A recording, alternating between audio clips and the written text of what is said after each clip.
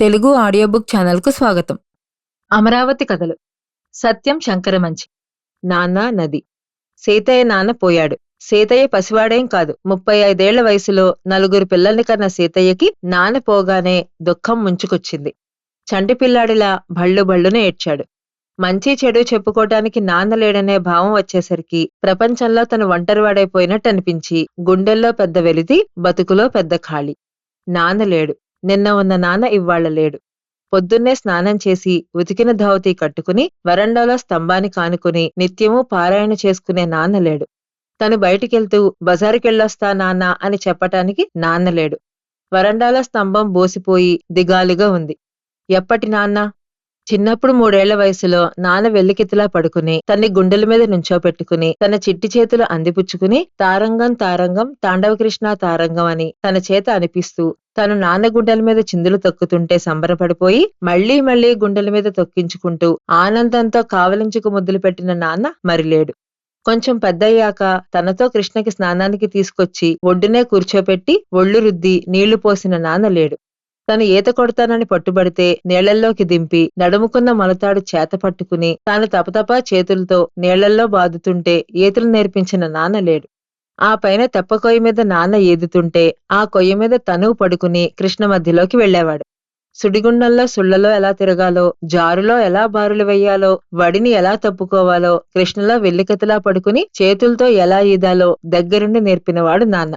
తన్ని బళ్ళో వేసినప్పుడు కొత్త చొక్కా కొత్తలాగు కుట్టించి తోటి పిల్లలకి పప్పు బెల్లాలు పెట్టించి దగ్గరుండి పంతులకి అప్పచెప్పి మధ్యాహ్నం అయ్యేసరికి భోజనం కూడా చేయకుండా పసివాడు ఇంకా రాలేదని తనకి ఎదురొచ్చి కాళ్ళు కాల్తాయని భుజం ఎక్కించుకుని ఇంటికి తీసుకొచ్చినవాడు నాన్న. రాత్రిళ్ళు పక్కలో పడుకోబెట్టుకుని బళ్ళో ఏమేం చెప్పారో తన చేత చెప్పించుకుని పద్యాలు మళ్లీ మళ్లీ పాడించుకుని చిచ్చుకొట్టి నిద్రపుచ్చేవాడు. తను ఎదిగాక పొలాలు చూపించి దుక్కి దున్నటం నేర్పి నాట్లు వేయించి వ్యవసాయం అప్పగించి ఏం పర్వాలేదు అన్నీ మావాడు చూసుకుంటాడోయ్ అని గర్వంగా ఊరంతా తిరిగి చెప్పుకునేవాడు. పెత్తనమంతా కొడుక్కి అప్పగించిన సీతయ్య నాన్న ముందు పసివాడే. ఇవాళ పొలంలో కలుపు తీస్తాం నాన్నా, ఇవాళ కొబ్బరి పచ్చట్లో కారం ఎక్కువైంది కదూ నాన్న అంటూ ప్రతి చిన్న విషయం నాన్నకి చెప్తూ చాకలి నీలిమందు ఎక్కువ పెడుతున్నాడు నాన్న అంటూ నాన్న పంచె సవరించి పాదాలొత్తుతూ మెల్లగా వేళ్లు లాగుతూ ఆప్యాయంగా ఒళ్లంతా నిమురుతూ పసిపిల్లాళ్లా నాన్నని అంటుకుపోయేవాడు సీతయ్య. నాన్న అన్నీ వినేవాడు, నవ్వుతూ ఊకొట్టేవాడు. అలా ఊకొడుతుంటే గుండెకు హత్తుకుని ఆశీర్వదిస్తున్నట్లుండేది. ఇప్పుడెవరు ఊకొడతారు? ఇప్పుడెవరు తల నిమురుతారు? చుట్టాలెవరో అంటున్నారు. ఆయనకేమండి, దేవుడు లక్ష్మీదేవిలాంటి కోడలను తెచ్చుకున్నాడు. 3 మనవల్ని చూశాడు. మనవరాల్ని ఎత్తుకున్నాడు. శ్రీరాముడు లాంటి కొడుక్కి పెత్తనం అప్పగించి నిశ్చింతగా వెళ్లిపోయాడు. మహారాజు. ఈ మాటలు సీతయ్యని ఓదార్చలేకపోతున్నాయి. తను నాన్నలేనివాడయ్యాడు. నాన్న కావాలి. సీతయ్య తల్లి దొడ్లో ఏడ్చి ఏడ్చి పడిపోయింది. తెలివి తెచ్చుకుని తులసమ్మ దగ్గరికెళ్ళి, అమ్మా, రోజూ నీకు పచ్చగా పసుపు రాసి నిండుగా కుంకం పెట్టి మొక్కుకునేదాన్నే నా పసుపు కుంకలు లాగేసుకున్నావా అమ్మా? పుట్టినప్పటినుంచి నా ముఖం మీద బొట్టు ఉండేదే. ఇలా మోడైపోయిన నా బొట్టులేని ముఖాన్ని నేనే అద్దంలో చూసుకోలేనే, ఇంక నలుగురికి ఎలా చూపిస్తాను అంటూ తులసమ్మ గట్టుమీద పడిపోయింది. సీతయ్య పిచ్చిచూపులు చూస్తున్నాడు. నాన్న కోసం ఇల్లంతా వెతుక్కుంటూ ఉన్నాడు. సీతయ్య 4 పిల్లల్ని ఎవరో సముదాయిస్తున్నారు. సీతయ్యకి నాన్న లేకపోతే ఉన్నట్టుండి వయసొచ్చి పెద్దవాడే ముసలితనం వచ్చినట్లయింది. చుట్టాలెవరో పోయినవాళ్ళు అదృష్టవంతులు, కానివ్వండి పనులున్నాయి అని తొందర పెట్టారు. నాన్న అంత్యక్రియలు పూర్తి చేసి కృష్ణకి స్నానానికొచ్చాడు సీతయ్య. అదే కృష్ణ. నాన్న స్నానాలు చేయించిన కృష్ణ. నాన్న ఈతలు కొట్టించిన కృష్ణ. నాన్న మునకలు వేయించిన కృష్ణ. జన్మంతా నీ నీళ్లు తాగిన నాన్న వెళ్ళిపోయాడమ్మా. నేను నీ నీళ్లే తాగి బతుకుతున్నానమ్మా. నాకు నాన్న కావాలమ్మా అని భోరుమన్నాడు సీతయ్య. సీతయ్య శరీరం కృష్ణ. సీతయ్య ఊపిరి కృష్ణ. సీతయ్య రక్తం కృష్ణ. సీతయ్య ప్రాణం కృష్ణ.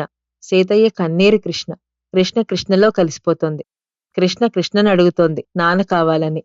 కృష్ణ నిండుగా ప్రవహిస్తోంది. సీతయ్య మాటలు వింటూ నిబ్బరంగా సాగిపోతోంది. ఓదార్పుగా సాగిపోతోంది. నిట్టూర్పుగా సాగిపోతోంది. బుజ్జగింపుగా సాగిపోతోంది. కాలం ఆగదన్నట్లు గబగబా వెళ్ళిపోతోంది. మహాప్రవాహం సాగి సాగి వెళ్ళిపోతోంది.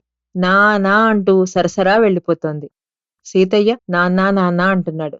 కృష్ణ వింటూనే నా నా అంటూ పరిగెత్తిపోతోంది. కొత్త నీళ్లు నా నా అంటూ వస్తున్నాయి. నా నా అంటూ కిందకి వెళ్ళిపోతున్నాయి.